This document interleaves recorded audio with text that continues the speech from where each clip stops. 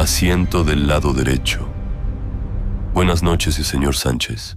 Le hablo Salvador, taxista nocturno en la zona centro de la Ciudad de México. Llevo varios años rodando por las mismas calles, los mismos semáforos en rojo, las mismas paradas en el sitio, pero desde hace unos meses ya no manejo igual. Desde esa noche, el asiento del lado derecho, el del copiloto, se quedó ocupado, aunque a simple vista se vea vacío. Para ser honesto, yo no siempre fui ese hombre que se desvela manejando con la luz de techo encendida a medias. Antes iba a casarme. Tenía un departamento casi listo, muebles elegidos entre mi ex prometida y yo, ruta marcada para una vida normal. Y como buen idiota, tiré todo por una infidelidad. Ustedes me entienden. Mensajes, coqueteos, una salida que nunca debió pasar. Pensé que nadie se enteraría. El día de la boda se encargó de demostrarme lo contrario. No voy a entrar en cada detalle, pero imaginarán la escena. Salón decorado, familia arreglada, música lista, y en eso, una amiga de ella se acerca con mi celular en la mano y un par de capturas que yo juraba borradas.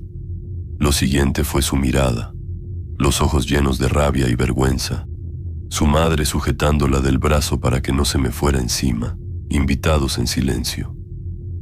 No hubo gritos largos, solo una frase que me perforó, que ni loco pensara en volver a tomar el volante de su vida. Ahí se acabó todo. Ella se fue, mi familia se dispersó, y el salón que debía ser el inicio de algo, se volvió el escenario más humillante de mi historia. Desde entonces, en lugar de regresar al departamento vacío, preferí subirme al taxi, ponerme en estado libre desde temprano y regresar solo cuando el sueño me ganaba. Mejor traer desconocidos en el asiento de atrás que enfrentar el silencio de la sala. Aquella noche empezó igual que muchas otras. Salí del sitio del centro, saludé a los compañeros, encendí el taxímetro después del primer banderazo y me metí por las avenidas de siempre. Era madrugada, las calles olían a fritanga y alcohol viejo, y por un tramo no subió nadie. El GPS marcaba la ruta de costumbre, la cámara interior grababa en silencio por si algún pasajero se ponía difícil. Yo iba tan en automático que casi no pensaba. Fue entonces cuando la vi. Estaba parada cerca de una esquina, frente a un hotelito de esos que uno finge no notar. Vestía casi como novia, vestido claro hasta el suelo, deshilado en la orilla, el maquillaje corrido por las mejillas, el peinado destrozado. Llevaba en la mano algo que parecía un ramo marchito. No levantó la mano como otros pasajeros. Simplemente se me quedó viendo mientras yo me acercaba al semáforo, que cambió a rojo justo cuando llegué. De inmediato sentí esa incomodidad que se mete por el retrovisor. Pensé en pisar el acelerador cuando se pusiera en verde y seguir de largo, pero ella dio la vuelta por el frente del cofre y abrió la puerta del copiloto. Eso ya era raro. De noche casi todos se sientan atrás por seguridad. Ella no dudó un segundo. «Necesito que me lleve a ver algo antes de ir a mi casa», dijo, con una voz ronca por tanto llorar. No pregunté a qué se refería, solo solté el seguro, marqué el banderazo y le pedí la dirección. Me la dictó con calma, colonia incluida, y ahí fue cuando sentí que el estómago se me hacía nudo. Era el salón donde yo debía haberme casado. No lo dijo como quien lee desde el celular, lo soltó como si lo conociera de toda la vida, como si llevara semanas practicando esa dirección. Yo tragué saliva, fingí que no lo reconocía y arranqué en silencio. Por un tramo solo se escuchó el motor y el golpeteo de las llantas en los baches. Para distraerme, prendí la radio bajito, pero ella de pronto empezó a tararear por lo bajo. Reconocí la melodía al instante, el vals que mi ex prometida había elegido para el primer baile. Ese detalle nadie más lo sabía. Los ensayos los habíamos hecho solos en la sala del departamento. Apagué la radio sin decir nada. «Te ves más flaco que ese día», murmuró de lado, sin mirarme. Yo no recordaba haberla visto nunca. No era amiga de mi ex, no era familiar de nadie. En el retrovisor solo alcanzaba a ver su velo maltrecho, la línea del maquillaje negro bajando hasta la comisura de los labios. Cuando por fin doblamos hacia la calle del salón, que a esa hora estaba totalmente apagado y con la cortina metálica abajo, ella me pidió que me detuviera justo enfrente. El taxímetro seguía corriendo, pero algo en su tono me hizo obedecer sin discutir. Puse la palanca en neutral,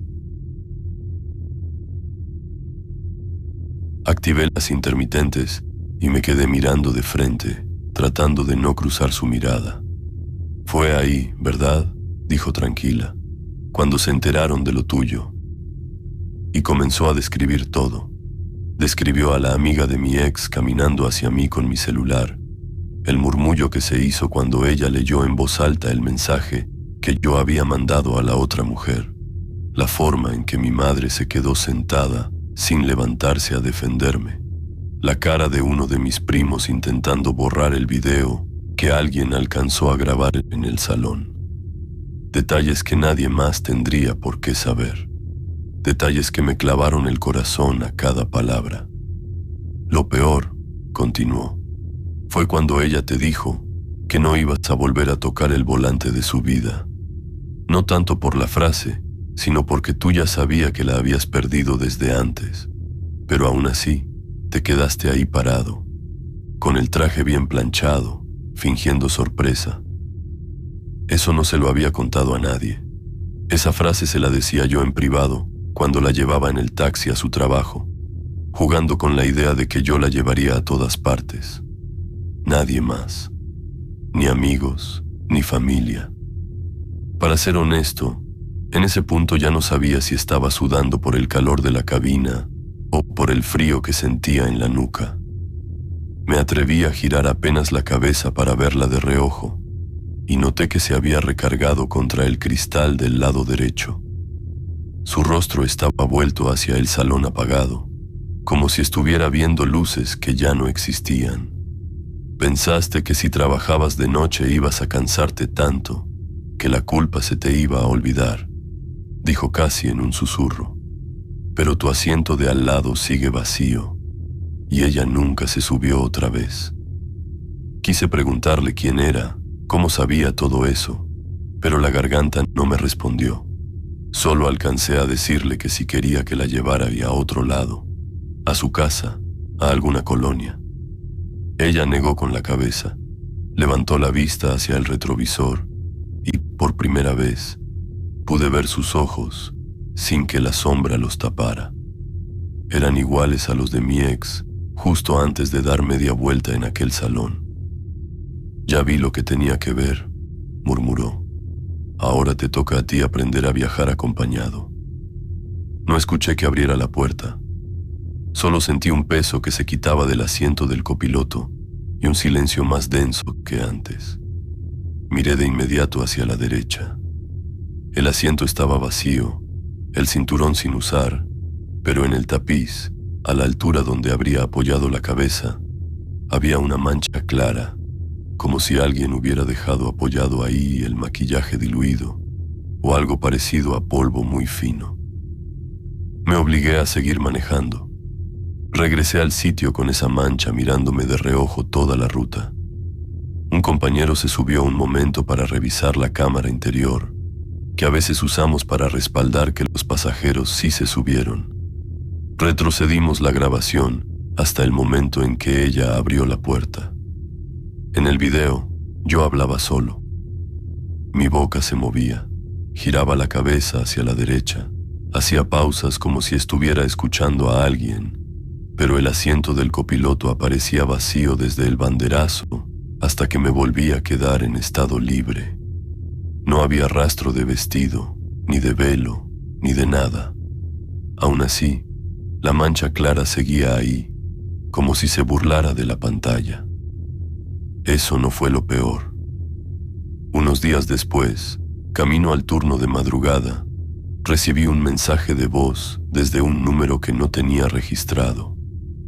Me estacioné en doble fila, bajé el volumen de la radio y lo reproduje.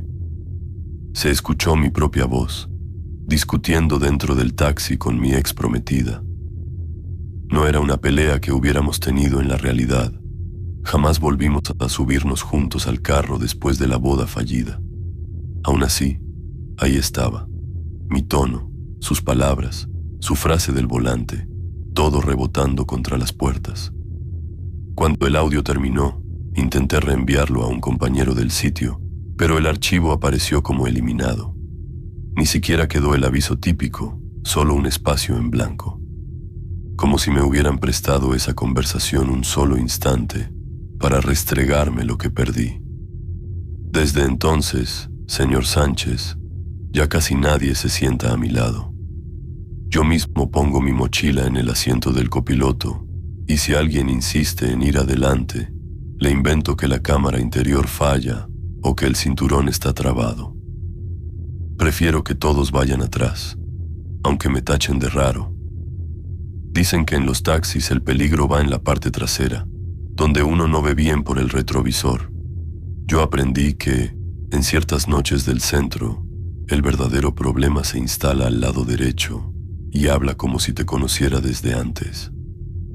Y eso que lo mío fue solo un viaje, porque lo que me contó un compañero del sitio sobre una pasajera que se sube sin abrir la puerta, mejor se lo dejo para la siguiente historia. Colonia Seca. Buenas noches, señor Sánchez. Me llamo Fermín y soy taxista nocturno en Ciudad Juárez. Le cuento esto porque, desde aquella noche, el asiento trasero de mi taxi nunca volvió a sentirse realmente vacío. Durante años fui borracho de diario. Terminaba el turno, dejaba el carro en el sitio y me perdía en casas donde vendían licor sin letrero. El dinero se me iba en botellas y promesas rotas. Mi hermana fue la única que se quedó. Cuando mi hermano menor murió por cirrosis, ella puso la condición. Si quería seguir llevando a sus hijos a la escuela, tenía que dejar el alcohol. No voy a meter a mis niños en un taxi que huela a bar, Fermo, me dijo. Yo ya traía la cara hinchada y las manos temblorosas.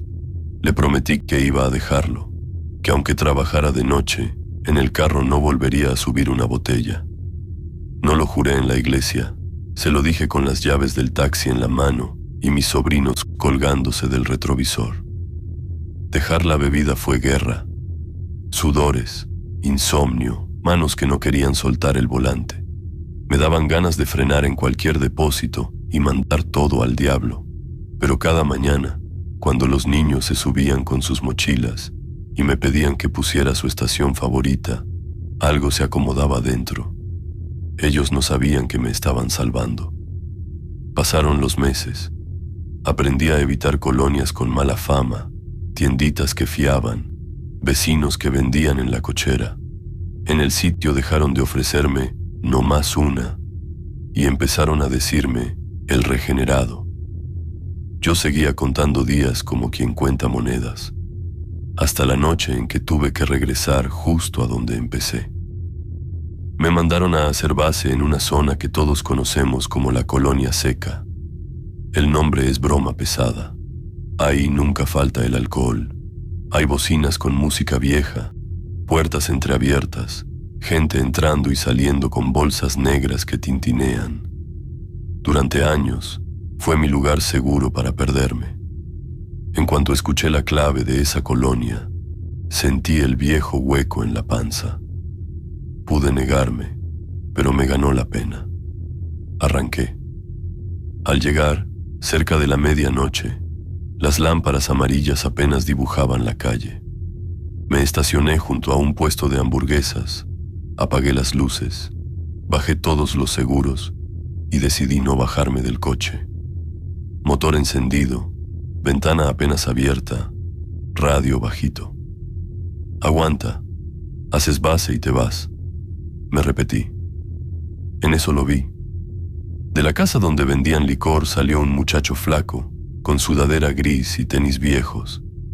Venía tambaleándose, pero no tenía la sonrisa del borracho feliz, sino la mirada perdida del que ya se rindió.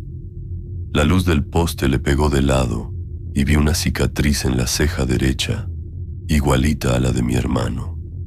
Mismo lugar, mismo tamaño. Me dije que era casualidad. La gente se cae todos los días.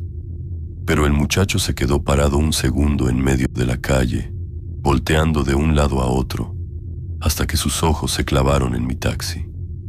Caminó directo hacia mí. Revisé los seguros. Todos abajo. Cuando llegó a la puerta trasera del lado derecho, escuché clarito el clic de la chapa abriéndose. Yo no toqué nada. La puerta se abrió suave y sentí cómo el asiento se hundía con el peso de alguien sentándose. Un olor a sudor frío y desinfectante llenó la cabina, como pasillo de hospital a medianoche. Antes de que yo pudiera girar la cabeza, escuché su voz. «Llévame a la casa de antes, Fermo», dijo, usando el apodo que solo mi familia me dice. Ya sabes cuál. Se me fue la sangre a los pies. Ese apodo nunca lo uso en la calle. Viene de cuando mi hermano y yo jugábamos de niños y se quedó dentro de casa. Tragué saliva. «¿Cuál casa?», pregunté, queriendo ganar tiempo. «La de antes», repitió, y empezó a dictar la dirección completa. Calle, número, la tiendita de la esquina, la ruta del camión, el poste donde chocó un vecino. Era la casa donde crecimos mi hermana, mi hermano y yo. Un domicilio que no decía en voz alta desde que la tiraron. Metí primera casi sin pensarlo. El taxímetro empezó a correr. El GPS del celular marcaba la ruta y de pronto se quedó congelado, como si el mapa ya no reconociera el camino. Las calles se veían cada vez más vacías. No ladraban los perros, no se oía música, solo el motor y mi respiración. Para ese entonces ya sabía que algo no estaba bien, pero demoré en atreverme a mirarlo por el retrovisor. Cuando lo hice, lo vi como si alguien hubiera puesto una foto vieja en medio del espejo. La cicatriz era la misma que mi hermano se hizo al caerse en la banqueta. Se mordía el labio con el mismo gesto. Tenía la mirada clavada en la ventana, como esperando reconocer algo afuera. «Tú dijiste que lo ibas a dejar cuando yo me fuera», murmuró sin voltear. «No aguantaste ni el primer año». Esas palabras yo se las había dicho al revés, en el hospital. «Si sales de esta, yo dejo el alcohol». Él no salió. Yo volví a tomar a los pocos meses. Nunca repetí esa conversación con nadie. Escucharla desde el asiento de atrás fue como tragar vidrio. Seguimos en silencio hasta doblar hacia donde debía estar la casa de antes. En mi memoria, esa esquina olía a frijoles y a fabuloso barato. En la realidad, solo había un terreno baldío, cercado con malla, lleno de basura y hierba seca. Frené frente a la nada. El motor quedó en ralentí. Él se inclinó un poco hacia adelante, sin apartar la mirada del lote. «Ahí estaba la sala», dijo. El sillón café hundido del lado de papá, la tele chueca sobre la caja de refrescos, las botellas escondidas detrás del refrigerador, la mancha de humedad con forma de cruz en la pared. Ahí me miraste a los ojos la primera vez que te dije que yo no podía dejarlo. Cada detalle era cierto. Nadie fuera de la familia conocía esa sala, ni siquiera mis sobrinos. Yo mismo había borrado esa mancha de mi recuerdo. Él no estaba describiendo una casa, estaba desenterrando una culpa. «Ya no queda nada, Fermo», añadió. «Ni casa ni cuerpo, no más lo que sigues cargando». El aire dentro del taxi se puso raro, más ligero y más frío al mismo tiempo, como cuando abren una ventana que uno no ve. El espejo tembló un segundo con la vibración del motor y, en ese temblor, la figura del muchacho se deformó. Giré de golpe hacia el asiento trasero. No había nadie. El cinturón, acomodado. La puerta, cerrada. El olor a desinfectante se fue deshaciendo despacio en el tapiz, como humo sin humo. Regresé al sitio sin hacer otra carrera. Esa noche no tomé, pero tampoco pude dormir. Cada vez que cerraba los ojos sentía el asiento hundirse del lado derecho. Al amanecer dejé a mis sobrinos en la escuela y en vez de irme a dormir, volví al terreno baldío. De día se ve aún más feo. Entre bolsas rotas y pedazos de bloc algo brilló al sol. Escarbé con el pie y luego con las manos. Encontré una caja vieja, medio enterrada, llena de botellas vacías de las mismas marcas baratas que mi hermano y yo comprábamos en esa colonia. Entre los vidrios apareció un papel húmedo y amarillento, una boleta de hospital con el nombre completo de mi hermano y un diagnóstico que nunca nos mencionaron. Ahí decía que su hígado estaba dañado desde mucho antes de que lo internaran. Él ya venía condenado y nosotros seguíamos llenando cajas. Me quedé un rato mirando el lote. Sentía, aunque estuviera afuera, el peso de alguien sentándose otra vez detrás de mí. Desde esa tarde, cada vez que paso cerca de la colonia seca y la tentación me susurra, no más una. La ruta hacia esa casa que ya no existe se me dibuja sola en la cabeza. Y el retrovisor me muestra un asiento trasero que, por más vacío que se vea, ya no consigo creer que lo esté. Porque, señor Sánchez, hay colonias que no solo venden alcohol, se beben a tus muertos trago por trago. Y si algún taxista en Juárez siente que el asiento de atrás se hunde sin que se abra la puerta, quizá no sea un borracho queriendo colarse. Quizá sea alguien que viene a recordarle el precio de seguir buscando consuelo en las mismas calles. Dejémoslo ahí, por ahora. Hay otras historias de choferes que también aprendieron tarde a escuchar lo que les susurra el asiento trasero. Continuamos. El loco de la base. Buenas noches, señor Sánchez. Me dicen el Chano, y si algún día viene a Mérida y se sienta en mi taxi, seguro alguien en el sitio le va a decir lo mismo de siempre, que soy el loco de la base, el que ve cosas. Así me bautizaron desde que una vez dije que había visto a un difunto en la cajuela, y desde entonces cualquier cosa rara que cuento se vuelve chiste. La verdad es que esa vez sí me pasé de lengua. Una señora salió llorando del hospital y yo acompañé el susto con historia, para que no se me bajara del carro y no se fuera con los de plataforma. En el sitio se enteraron, y desde ahí, cada que abro la boca, uno que otro se agarra de eso, que si fantasmas, que si yo invento, que si debería cobrar boleto como guía de tour paranormal. Al principio me reía, pero con el tiempo me cansó. Fue ahí cuando me prometí que, aunque de verdad viera algo raro, me iba a quedar callado. Nada de espíritus, nada de sombras. Nomás llevar y traer gente, dar el banderazo, cuidar el taxímetro y cobrar. No quería perder más respeto del poco que me quedaba. Para ese entonces, empezaron unas obras viales cerca del centro. Cerraron avenidas importantes, movieron el tráfico. Los de la base tuvieron que ajustar las rutas. A varios nos empezó a tocar una desviación por una colonia poco iluminada, de esas donde el pavimento ya se rindió. Casi no hay banquetas y los postes parecen puestos de adorno. La primera noche que pasé por ahí, lo vi. Era un hombre parado junto a un poste, justo en una esquina sin tienda ni casa abierta. Tenía camisa de cuadros, pantalón oscuro y una gorra deslavada. Levantó la mano pidiendo servicio, pero yo iba lleno y solo alcé la mirada al retrovisor para checar que el pasajero de atrás no se incomodara por la frenada. La segunda noche fue igual, misma hora, casi el mismo tramo de la ruta, mis mismas vueltas para esquivar las zanjas de la obra, y el mismo hombre bajo el poste, con la mano arriba. Esta vez, yo iba en estado libre, sin nadie en el asiento trasero. Pude haberme parado, pero me acordé de la fama y pensé que si un día algo me pasaba con ese pasajero, nadie me iba a creer.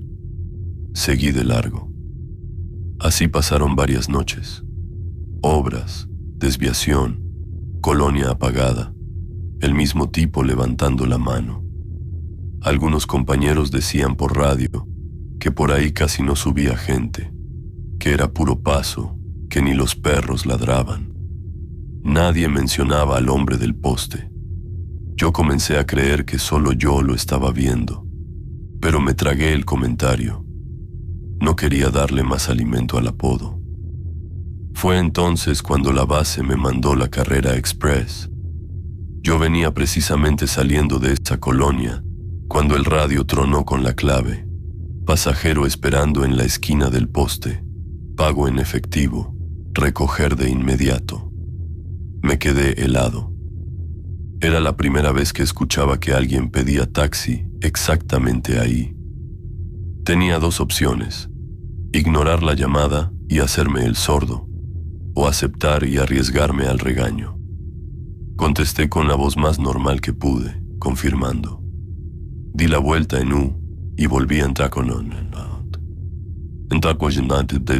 de la colonia. Las lámparas alumbraban a pedazos, como siempre. El GPS marcaba el punto exacto. Cuando me estaba acercando, supe que era él antes de verlo. El hombre estaba otra vez junto al poste, pero esta vez no levantó la mano. Solo se quedó viéndome llegar, como si ya supiera que iba por él.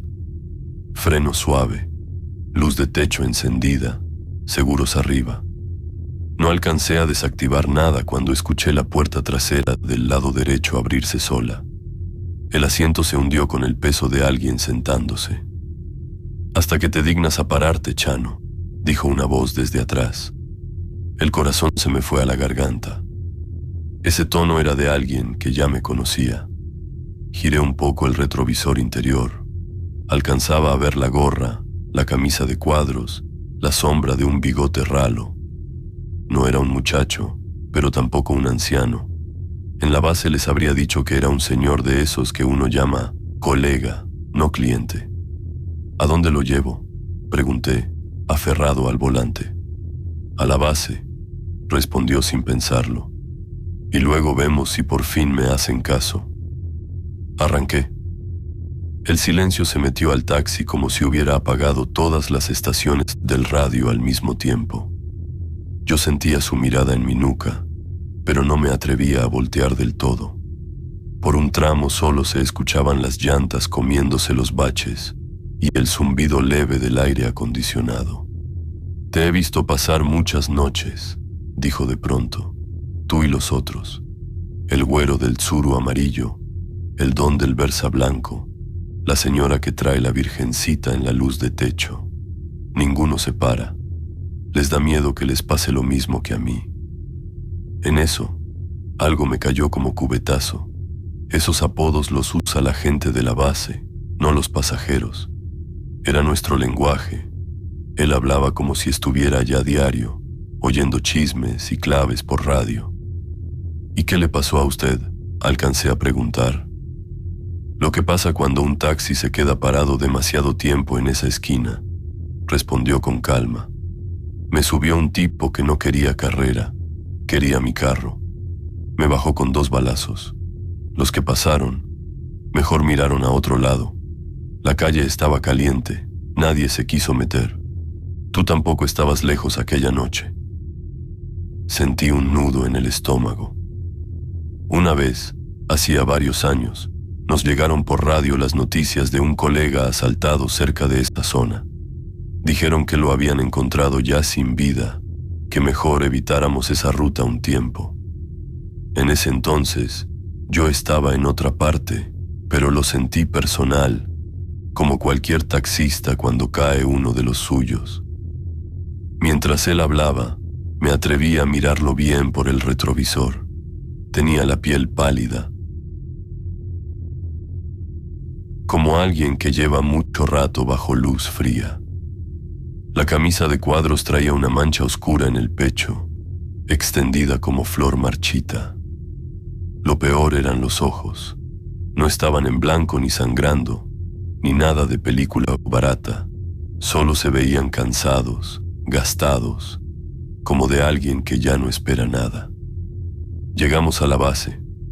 Afuera, bajo el techo de lámina, se veían los otros taxis formados, algunos choferes platicando, otros recargados en el cofre. Me estacioné unos metros antes, todavía con el motor encendido. «Hasta aquí», dijo él. «Ya tú sabes si cuentas esto o te lo guardas. De todos modos, nadie le cree al loco de la base, ¿verdad?», lo dijo con una media sonrisa que conocía. Muchos veteranos se burlaban igual cuando un chamaco llegaba tarde.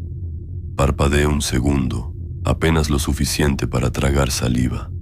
Cuando quise girar la cabeza del todo, el asiento estaba vacío. La puerta trasera seguía cerrada, el seguro arriba. La mancha de la camisa ya no estaba en ninguna parte, pero el peso en el aire seguía ahí. Entré al techo de la base como si nada.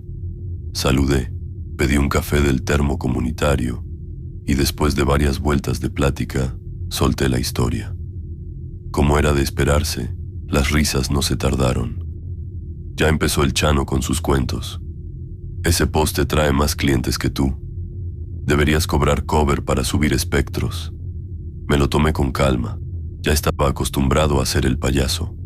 Pero hubo uno que no se rió. Un veterano que todos respetan, don Ramírez. Se quedó serio, con el vaso de unicel en la mano, mirando al suelo. «Oigan», dijo después de un rato, «la descripción que hizo el loco del pasajero suena igualito a Tino. Camisa de cuadros, gorra azul, bigote ralo. Al Tino lo mataron en un asalto por esa zona, cuando todavía manejábamos los sedanes viejitos». El silencio duró poco. Otro compañero le dio un zape amistoso. «Ya te contagió, viejo. Deja que el Chano cuente sus cosas, si no, no duerme».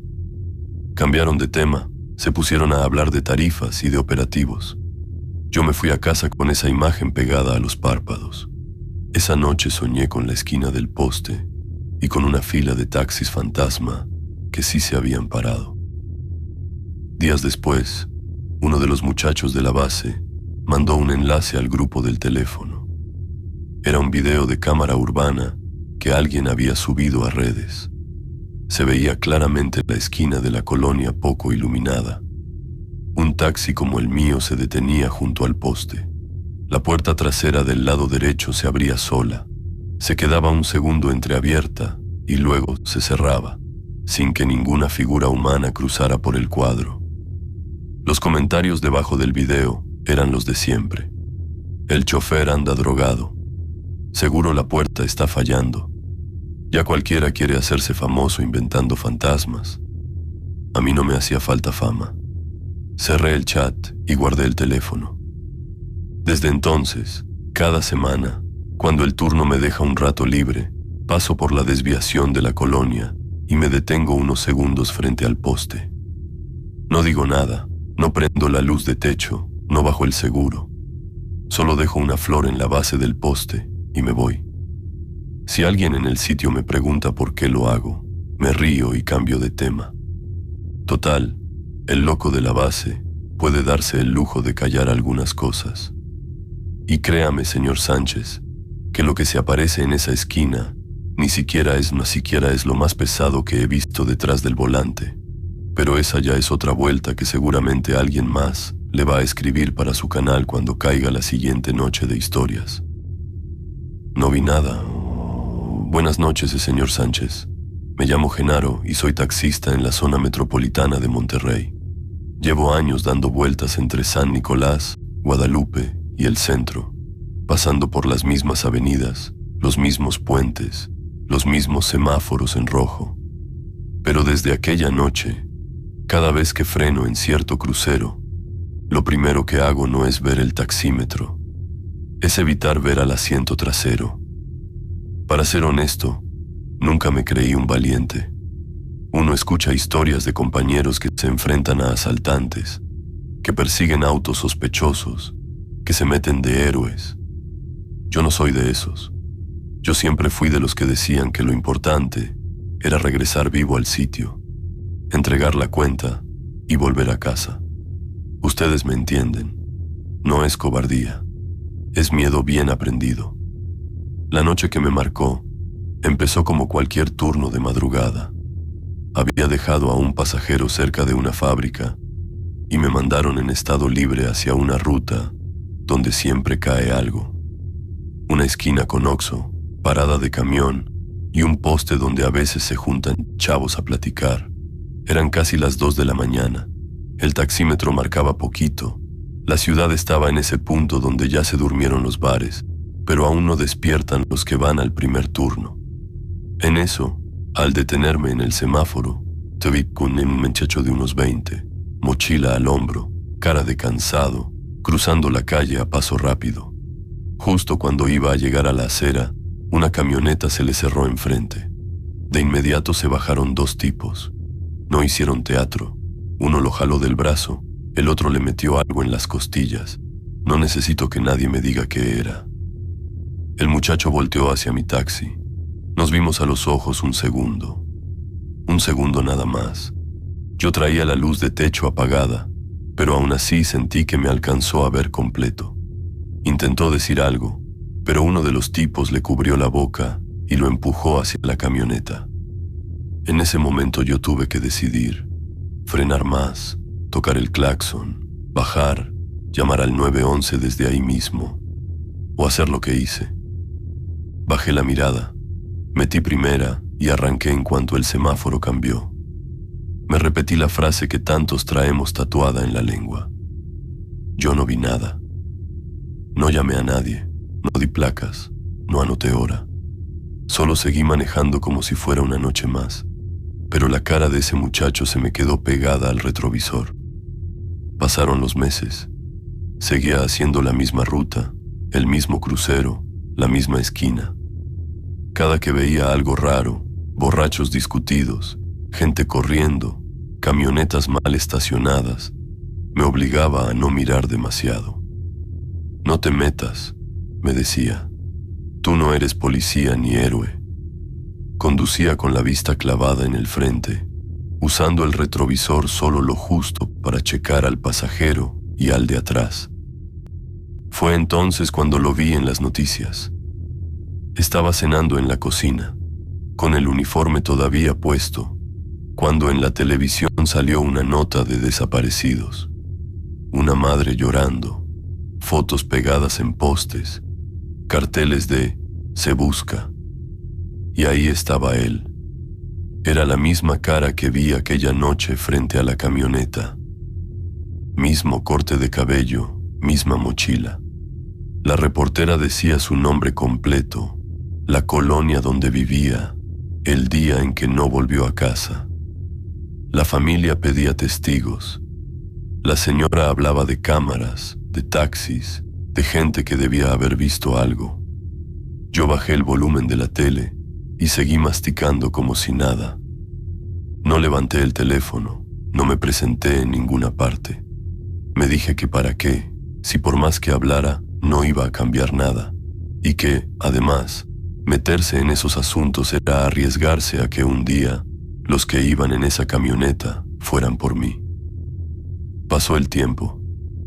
El caso salió una y otra vez en la tele, luego cada vez menos, hasta que quedó relegado a una foto vieja en una cartelera de la fiscalía. Yo seguía trabajando, seguía cobrando, seguía sin ver nada, hasta aquella madrugada en que tuve que detenerme otra vez en la misma esquina. Era casi la misma hora que la primera vez. No había camiones pasando, ni gente en la parada. Me quedé en el alto, el motor en neutral, el taxímetro en 0 esperando el siguiente banderazo. La calle estaba tan silenciosa que se escuchaba el tic-tac del intermitente. En eso sentí un golpecito suave en el vidrio trasero, del lado del pasajero.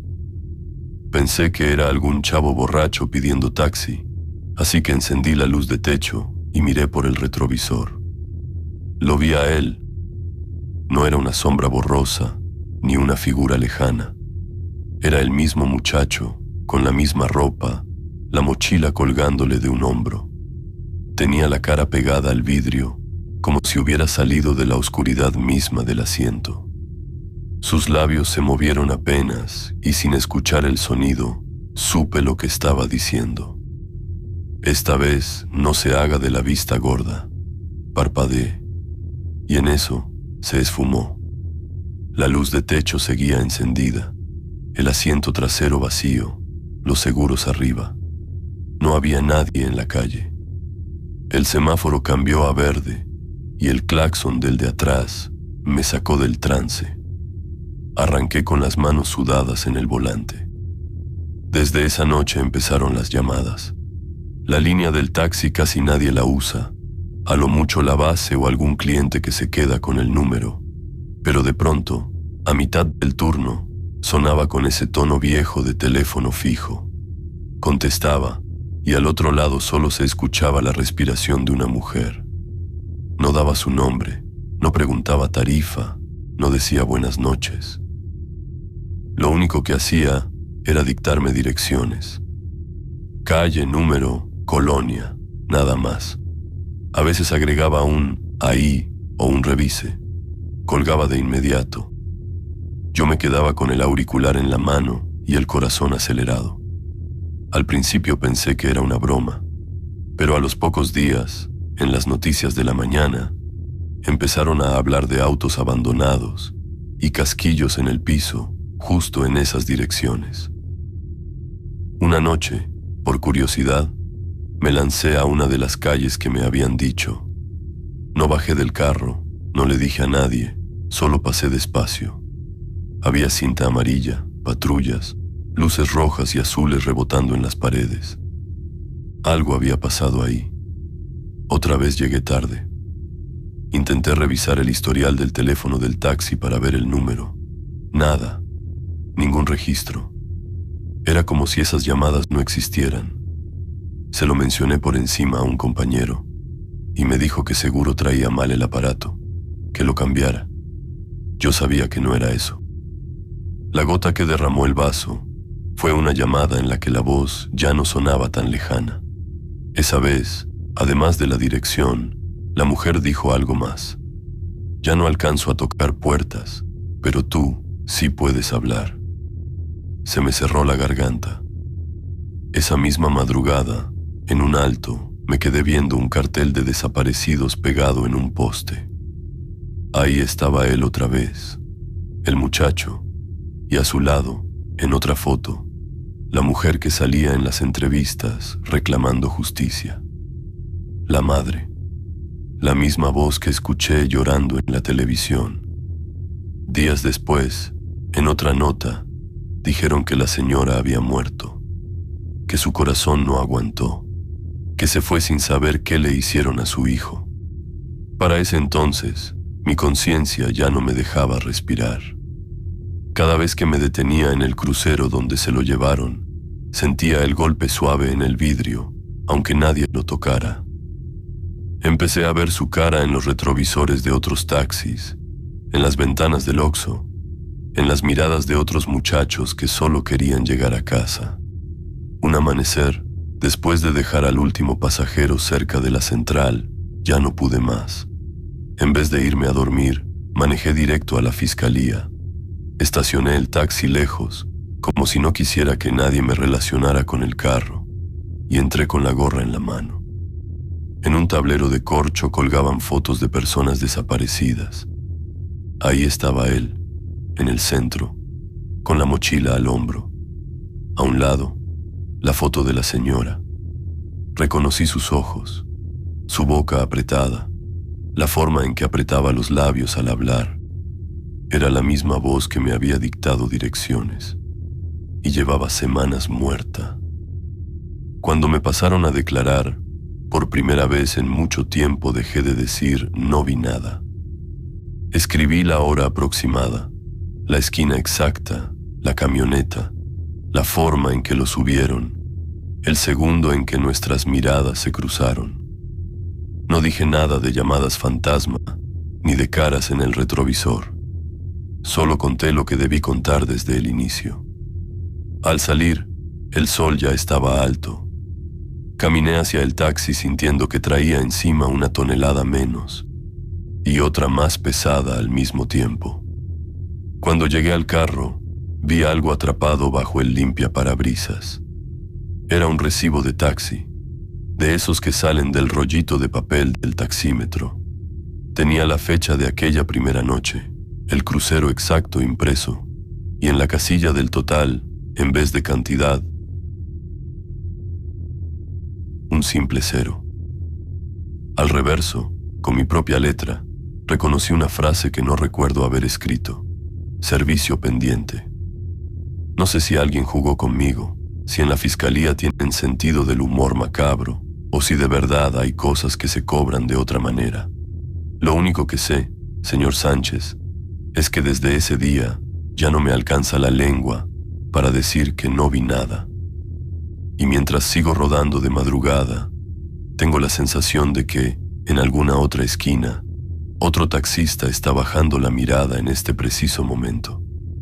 Y de ahí puede arrancar su siguiente historia cuando usted la reciba en su canal.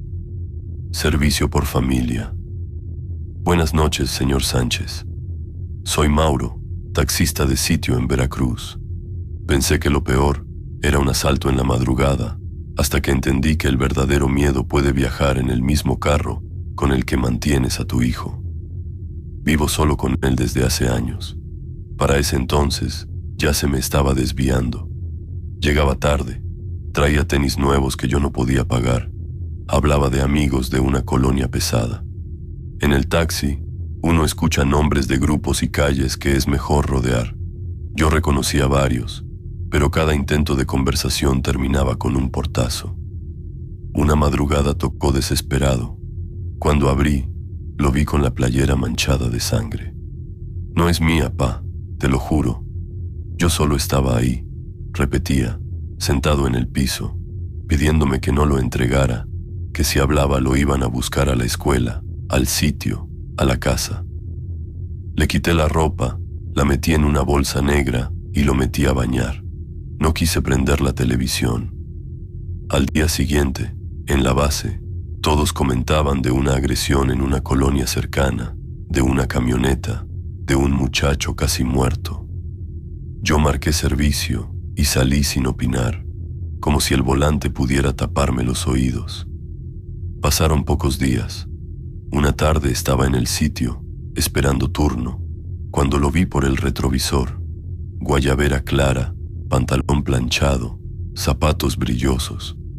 Abrió la puerta trasera y se sentó con toda confianza.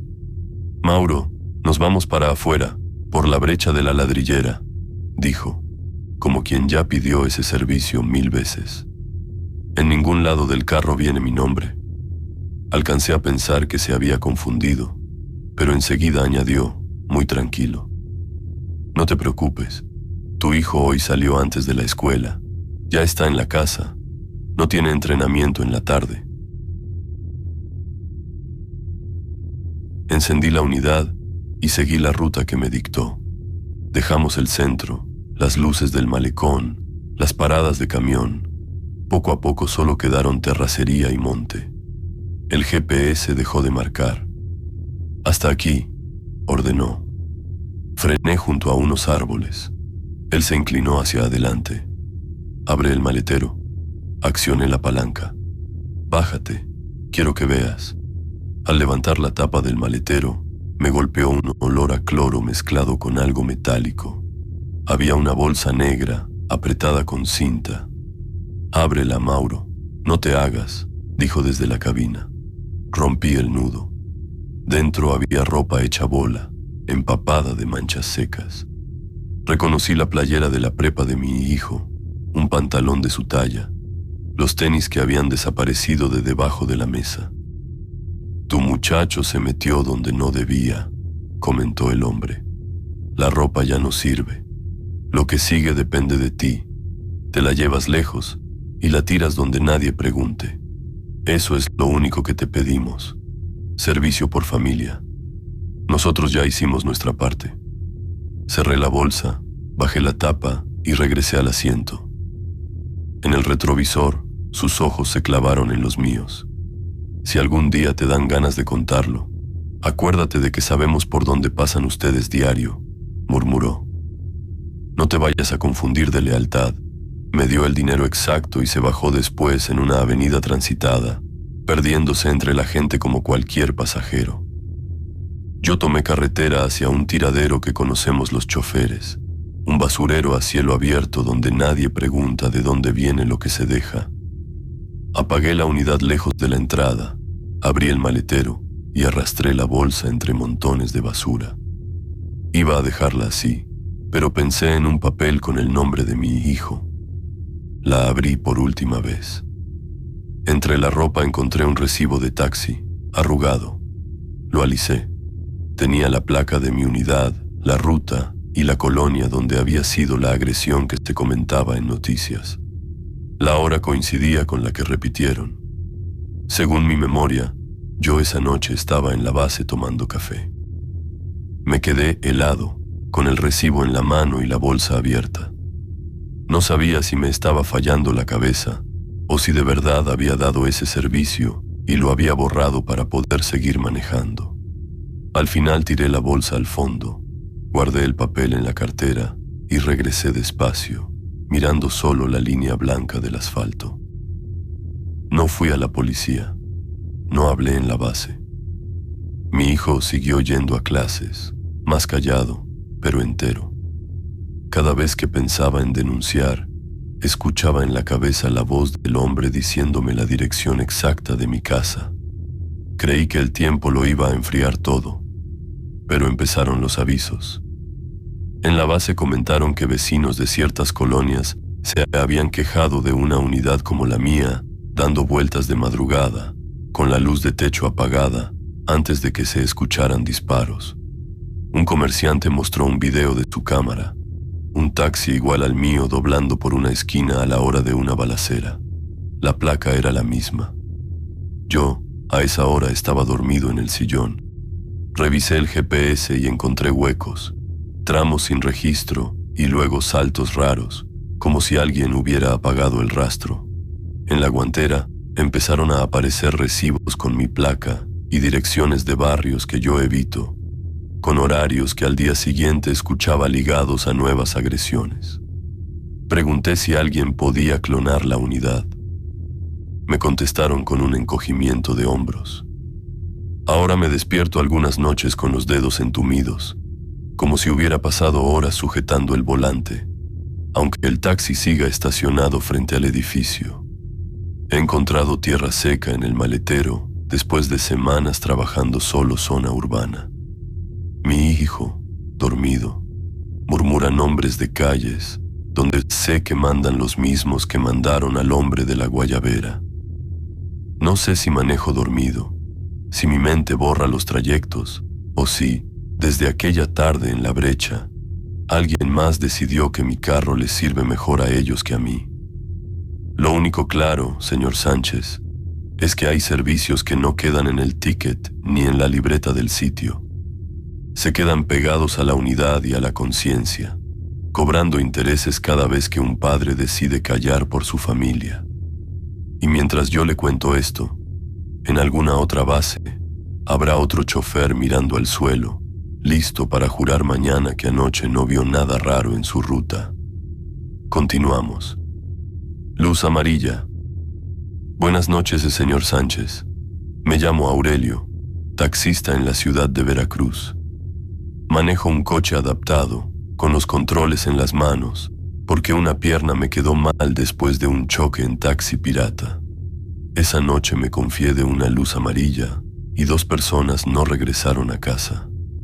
Del crucero donde pasó casi nadie sabe la historia completa, pero mi ruta me obliga a cruzarlo una y otra vez. El cuerpo lo recuerda. Cada vez que me acerco a esa esquina, se me pone dura la espalda y el corazón se acelera aunque vaya sin pasaje. En aquel tiempo yo era joven, terco y manejaba un taxi sin placas de sitio. Venía tarde y, cuando el semáforo cambió de verde a amarillo, pensé que alcanzaba a pasar. Del otro lado venía un compacto. Nos encontramos justo en medio. Recuerdo el golpe, un grito y luego el techo del hospital. A ellos no los volví a ver. La aseguradora cerró el expediente. La culpa se quedó conmigo.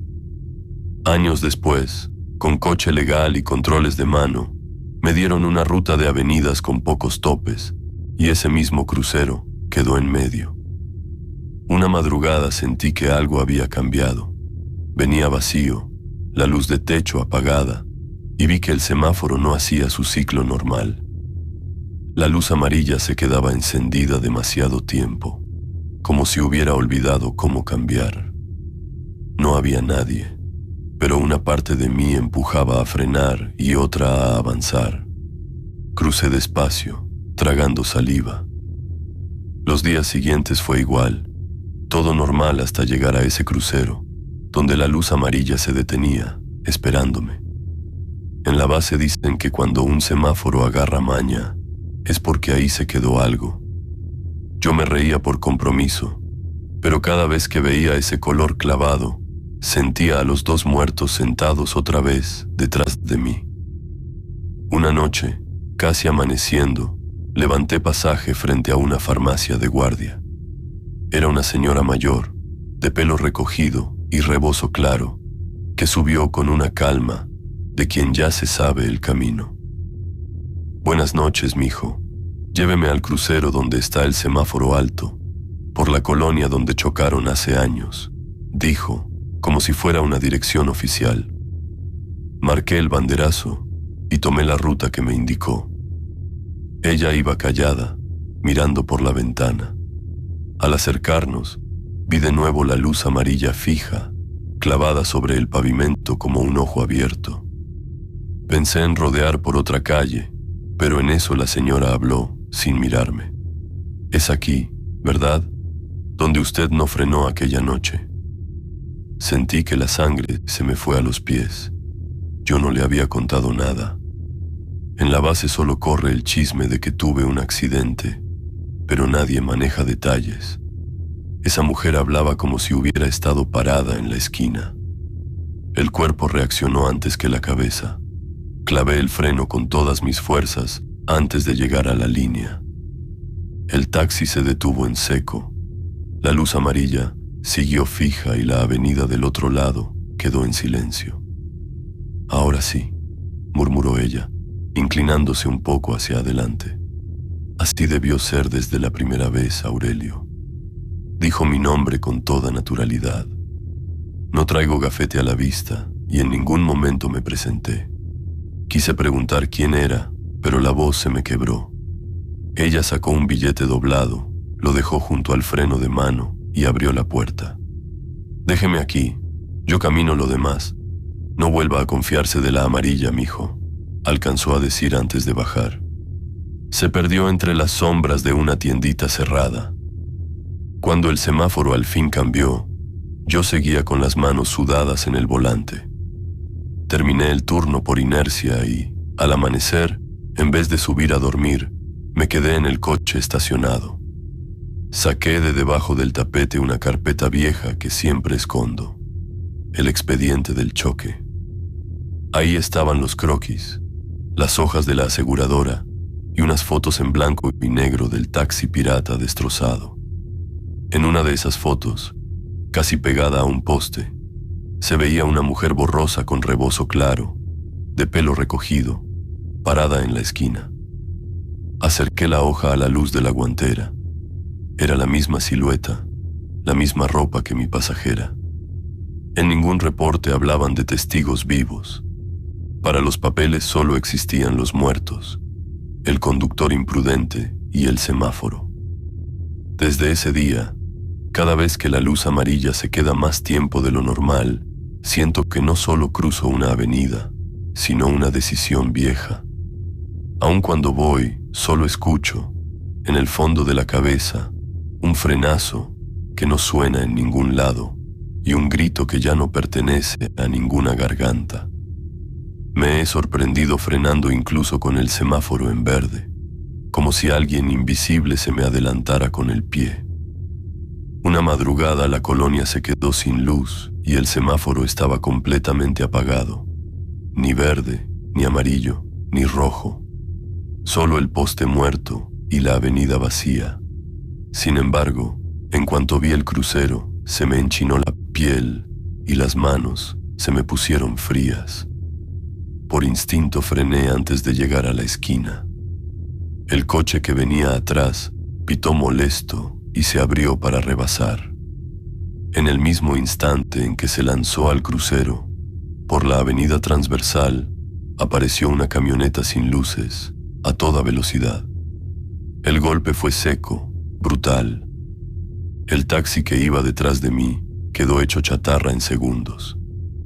Yo me quedé clavado al asiento, con el corazón desbocado.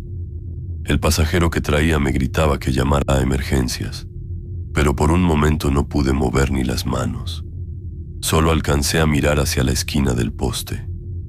Ahí estaba la silueta de una mujer con rebozo, mirándome fijo. Alzó la mano, como despidiéndose, y cuando parpadeé ya no estaba. Desde entonces, señor Sánchez, aunque la avenida esté vacía y la hora sea la peor, yo le hago caso a ese miedo que se me sube desde la pierna mala hasta la nuca. Entendí que hay errores que la vida te pone enfrente hasta que aprendes a frenarlos, aunque sea tarde. Y mientras yo me detengo ante cada luz dudosa, sé que en otra ciudad hay un taxista que todavía decide acelerar cuando no debe. Y esa será la próxima historia que llegue hasta sus manos para que usted la cuente aquí. La parada del velorio. Buenas noches, señor Sánchez. Si en la historia anterior un compañero aprendió a frenar antes de repetir su error, lo mío fue distinto. Yo aprendí que hay esquinas que se quedan esperándote, aunque cambies de turno, de coche o de vida. Me llamo Mario, soy taxista en la Ciudad de México, y desde que mataron a mi esposa dentro de su propio taxi, la parada más difícil de evitar no está en la aplicación, está frente a una funeraria. Mi mujer también era taxista. Compartíamos turno, base y hasta café en vasito de unicel cuando coincidíamos en la misma avenida. Una noche salió sola porque yo andaba enfermo. La asaltaron en una esquina cualquiera, de esas que de día parecen normales. Le dispararon dentro del carro. Yo llegué al hospital tarde, cuando ya la sábana le cubría la cara. Desde entonces, trabajo doble turno, como si quedándome en la calle pudiera esquivar el departamento vacío y esa última conversación que nunca tuvimos. Ustedes me entienden. La esquina donde la asaltaron queda a unas cuadras de una funeraria chiquita, de esas que parecen casa adaptada. No sé si fue casualidad o burla del destino, pero mi ruta nocturna pasa por ahí una y otra vez. Al principio daba vuelta antes, luego el trabajo me fue empujando hasta ese crucero. Para soportarlo, adopté una rutina. Luz de techo encendida, radio bajito con boleros viejos y la mirada fija en la línea blanca. En temporada de lluvias, esa zona se vuelve pesada. El pavimento brilla, las luces de los faros se alargan en los charcos, las coronas de flores en la puerta de la funeraria parecen más tristes. Empecé a levantar mucho pasaje que iba o venía de ahí. Gente con saco desabrochado, mujeres con los ojos hinchados, amigos cargando café y pan en bolsas. Todos querían hablar de su velorio, de la tía que se nos fue, del compa que no debió salir de fiesta, del jefe que era bien derecho. Yo los escuchaba en silencio, asentando con la cabeza, pero nunca mencioné el mío. Ni una sola vez dije que yo también velé a alguien ahí cerca. Para no pensar demasiado, dejaba siempre la luz interna prendida. Me gustaba ver la silueta de los que subían y bajaban, comprobar que eran de carne y hueso. El radio llenaba los huecos con voces conocidas. Aún así, pasando por esa esquina, sentía siempre un apretón en el pecho, como si una mano invisible me exigiera voltear. Una madrugada de lluvia fina, el trabajo estaba flojo. Había dejado un pasaje en el hospital y la base me mandó a rodar por la zona de la funeraria.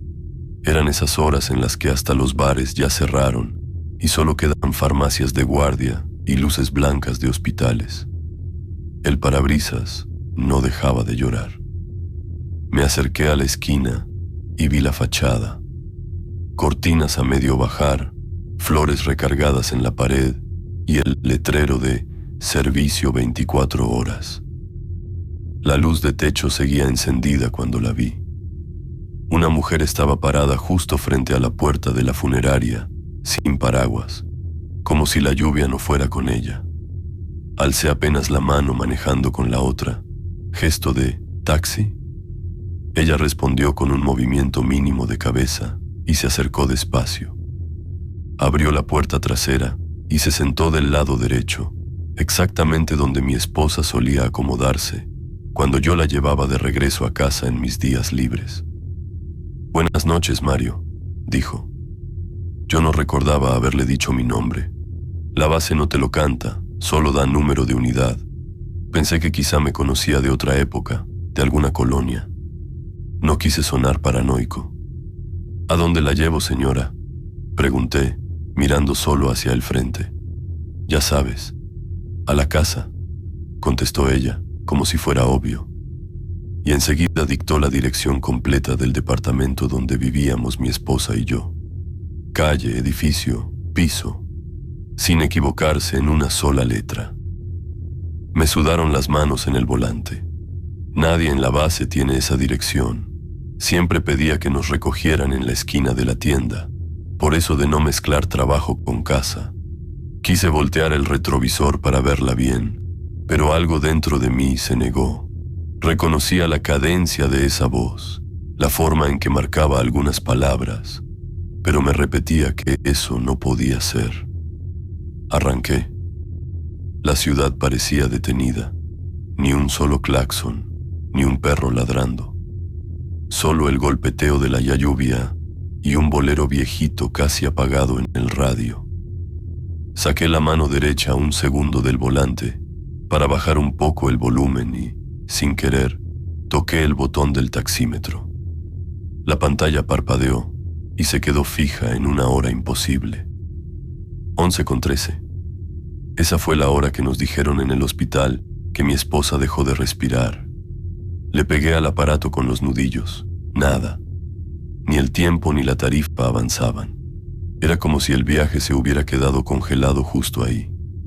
Miré de reojo el reloj del tablero y marcaba una hora distinta, mucho más tarde.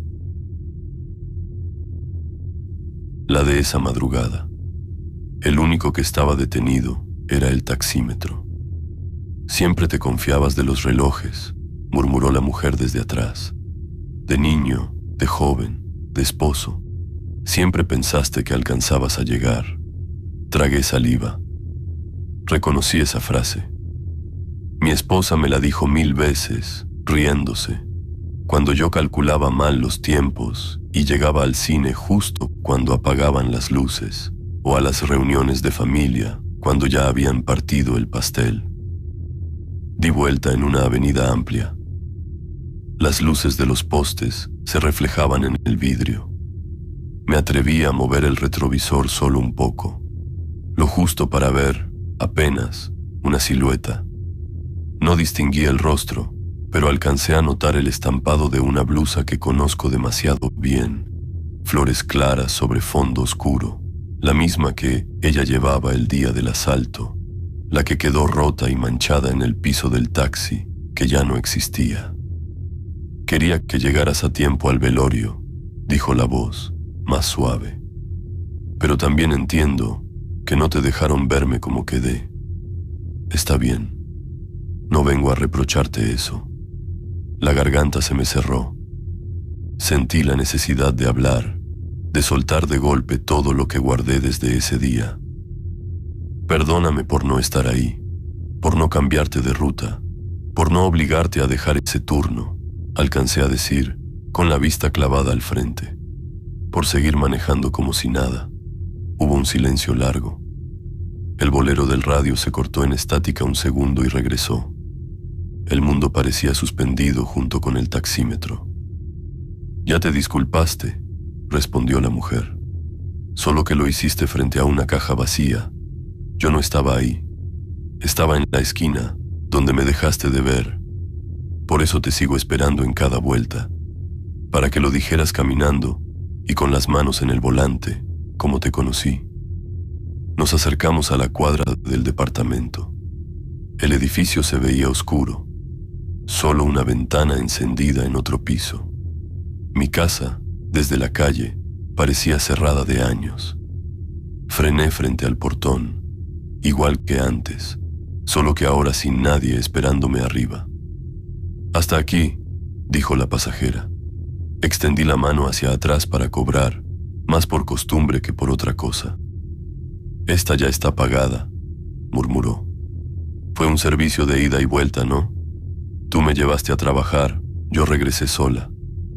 La puerta trasera se abrió y se cerró. No sentí peso saliendo del asiento. Me quedé un momento con la mano extendida, escuchando la lluvia. Cuando por fin me atreví a voltear por completo el retrovisor, el asiento estaba vacío. El taxímetro seguía congelado en la misma hora. Lo apagué. La pantalla tardó, pero por fin murió. Al día siguiente, en la base, pedí revisar la cámara de seguridad que traemos enfocada al interior. El encargado adelantó la grabación hasta esa hora. En el video se veía mi taxi parando frente a la funeraria, la puerta trasera abriéndose, sola. Luego yo hablando, gesticulando hacia el espejo, manejando serio, como si alguien me respondiera. El asiento siempre estaba vacío. En el registro digital, el viaje ni siquiera aparecía como servicio de la aplicación. Para el sistema fue un tramo muerto, como si hubiera manejado sin pasaje. Desde esa noche cambié de ruta. Pedí al despachador que me mandara a otra zona. Inventé que me traía malos recuerdos la funeraria, que prefería no volver ahí. ¿Entendieron? De vez en cuando paso lejos y la reconozco por el letrero, pero ya no me acerco a esa banqueta, ni aunque esté lloviendo y la unidad vaya en ceros. Sin embargo, cada aniversario, a la misma hora en la que mi esposa murió, la aplicación hace algo raro. Suena una notificación de servicio nuevo. Origen, la calle de la funeraria. Destino, mi antiguo domicilio. Antes de que pueda aceptarlo, aparece como cancelado por el usuario. Entro al historial y no hay rastro. El viaje no existe.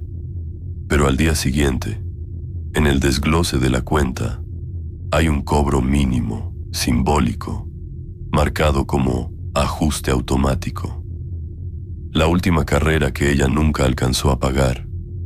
No sé si es un error del sistema, si alguien juega con los datos, o si de verdad hay pendientes que ni la muerte borra. Lo único que sé, señor Sánchez, es que mientras usted termina de contar estos relatos de taxistas, allá afuera seguimos dando vueltas entre esquinas, velorios y luces que se quedan amarillas más de la cuenta. Si algún oyente sube a un taxi una noche de lluvia y nota que el chofer baja un poco el radio al pasar frente a una funeraria, no lo juzguen. A lo mejor también trae una última conversación pendiente en el asiento de atrás. Hasta aquí mi historia. Cuídense en la noche y a quienes manejan, que Dios los acompañe en cada vuelta.